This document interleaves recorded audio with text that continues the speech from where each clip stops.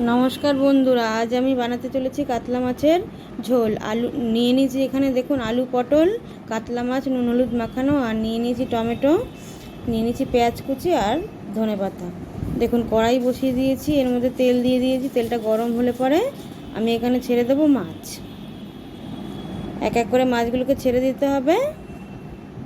এবার এপিট ওপিট করে ভালো করে লাল লাল করে ভেজে নিতে হবে মিডিয়াম আছে। দেখুন আমি নামিয়ে নিচ্ছি, মাছ ভাজা আমার কমপ্লিট। এইভাবে ভেজে নিতে হবে। আমি ওই তেলেই দিয়ে দেবো আলু, পটল। এখানে আমি 2 টুকরো করে কেটে নিয়েছি পটলগুলোকে, আলুগুলোকে।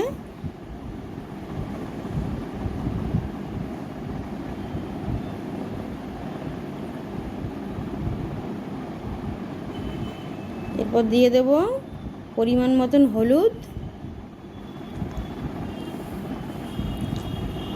পরিমাণ মতন নুন দিয়ে ভালো করে মিশিয়ে নেব। দেখুন আমার আলু পটল ভাজাটি পুরোপুরি রেডি। মিডিয়াম আছে আলু পটলটা ভেজে নিতে হবে।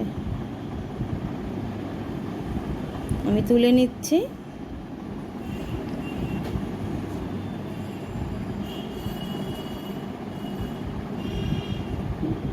এবার ওই তেলেই আমি কালো জিরা ফোড়ন দিয়ে দিলাম।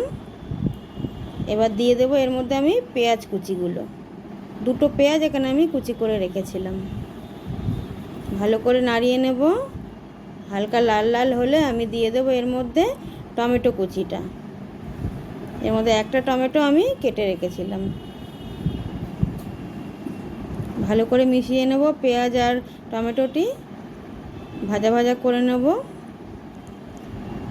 দিয়ে দিলাম আদা বাটা 1 চামচ, 1 চামচ পরিমাণে নুন,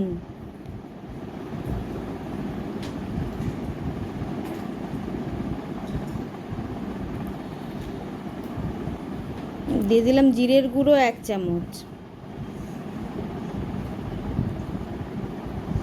অল্প লঙ্কার গুঁড়ো দিয়ে দিলাম। দিয়ে ভালো করে মিশিয়ে নেব উপকরণগুলোকে। মিডিয়াম আঁচে কষিয়ে নেব যতক্ষণ তেল না ছাড়ে। এবার দিয়ে দিলাম আলু পটল ভাজাটা, দিয়ে ভালো করে মিশিয়ে নেব। মিডিয়াম আঁচে কষিয়ে নেব ভালো করে। দেখুন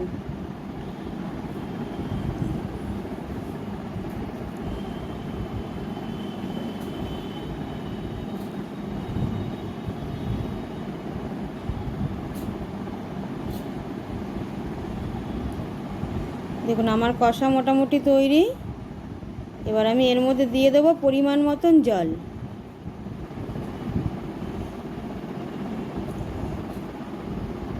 দিয়ে আমি 15 মিনিট মিডিয়াম আঁচে ঢাকা দিয়ে দেব।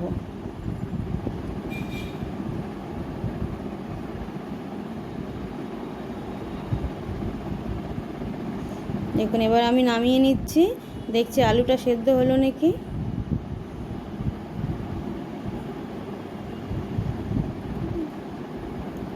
আলু পটলটা সেদ্ধ হয়ে গেলে এর মধ্যে আমি ছেড়ে দেব ভেজে রাখা মাছগুলোকে।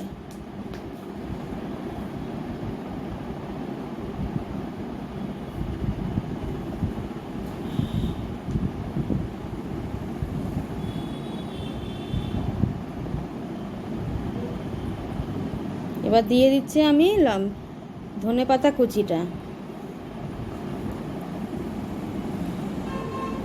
নামানোর আগে ধনেপাতা কুচিটা দিয়ে দেবেন।